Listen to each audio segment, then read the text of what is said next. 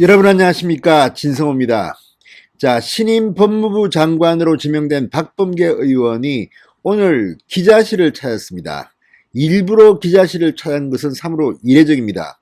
추미애 법무부 장관은 이 기자실을 만들 때 한 번, 그리고 윤석열 검찰총장의 직무정지를 발표할 때 한 번, 두 번밖에 오지 않은 것으로 알려졌습니다. 그런 기자실을 박범계는 후보자 신분으로 직접 찾았습니다. 그리고 추미애 장관을 의식한 듯한 발언을 하기 시작했습니다. 기자들의 관심은 자연히 1월 말쯤에 있을 것으로 보이는 검찰 간부 인사에 집중됐습니다. 그런데 의외로 박범계 후보자는 검찰총장과 인사를 협의하도록 되어 있다고 했습니다. 추미애 장관과는 180도 다른 그런 태도입니다. 좋은 인사를 하겠다고 되어 있습니다. 자, 이런 박범계 후보자의 모습은 왜일까요? 문재인 대통령이 지침을 줬다고 합니다. 검찰과 안정적인 협력을 하라. 자, 이런 저간의 발언들을 감안하면 박범계 후보자는 장관이 되면 추미애와는 좀 다른 결의 인사를 할 것으로 보입니다. 그렇다고 너무 믿어도 안 됩니다. 이들은 끝까지 문재인 정권을 수사하는 것을 막기 위해서 방해 공작을 할 것으로 보이기 때문입니다. 그러나 어느 정도 선은 지킬 것으로 예측됩니다.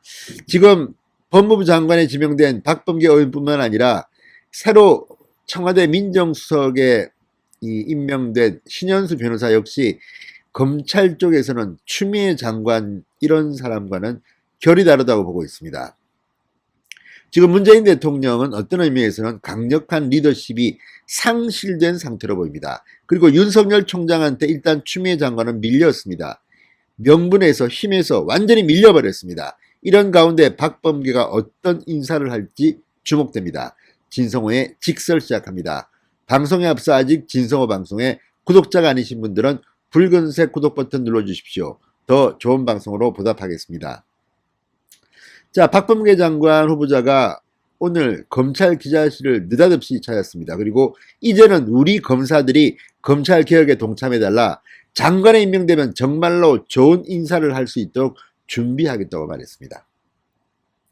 자, 지난 1년 동안 인사를 통해서 무리를 빚었다고 비판을 받은 추미애 장관을 의식한 발언으로 보입니다.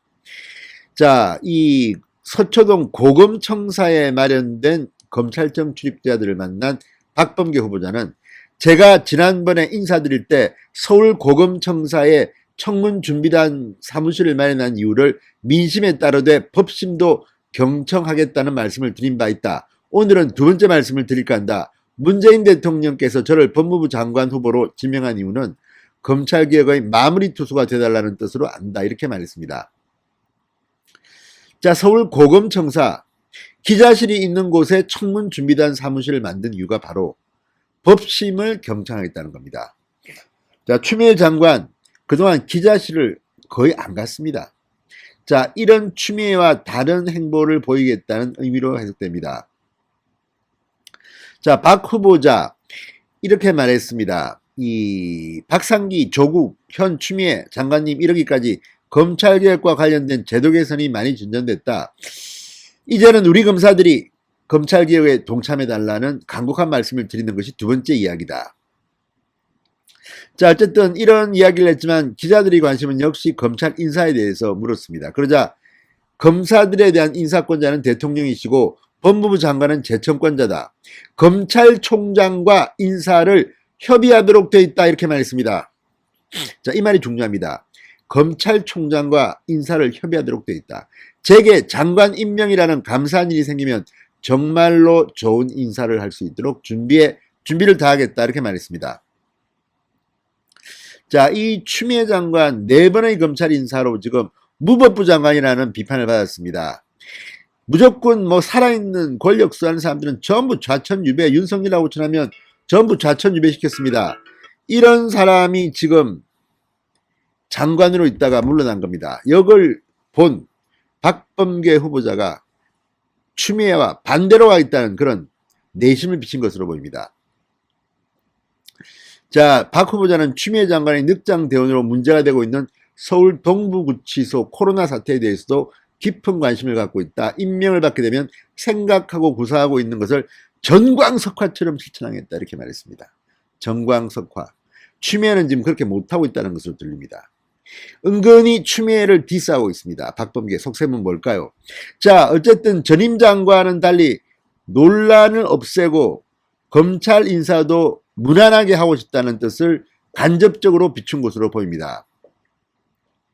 자, 두 차례 이루어진 정기 인사에서 윤 총장의 의견을 사실상 무시하고 청와대 하명수사 의혹 등 권력비리수사팀을 해체 수준으로 좌천시키는 친정권 호남 인사를 했다는 비판을 받고 있습니다. 검찰의 빅4 요직을 전부 호남 인사로 채웠습니다. 이런 적은 없었습니다. 지역 안배는 필수적입니다. 호남이 어떻다 이렇게 지역적인 발언을 하자는 것이 아닙니다. 호남 인사를 검찰 빅4 요직에 발령한 이유가 뭐겠습니까? 말 잘 듣게 하려는 거 아니겠습니까? 자, 이번 인사는 윤석열 총장 징계에 앞장섰던 추미애 장관의 최측근 심재철 법무부 검찰국장 그리고 이성윤 서울중앙지검장 이런 사람들에 대한 거취가 관심을 쏠리고 있습니다. 어쩌면 이 사람들은 권력 입장에서 볼 때도 이를 참으로 잘못한 인사들이기 때문에 좌천시켜야 된다는 그런 주장도 나온다고 합니다. 그리고 한동훈 검사장, 윤석열의 측근이라는 이유로 조국 전 장관 일가를 수사 지휘했다는 이유만으로 좌천 유배당하고 이제는 수사권도 없는 법무연수원 충북 진천 본원에 근무하고 있는 한동훈의 복직 여부도 이 검찰 복직 여부도 관심입니다.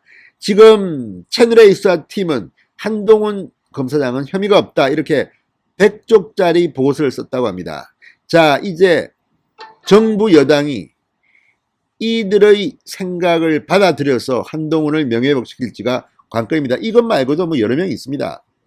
자, 또한 이 고검에서 진행 중인 이 윤석열 관련 징계 절차 위법 의혹 수사에 연루된 심재철 국장, 박은정 법무부 감찰 담당관들의 처리도 관심입니다.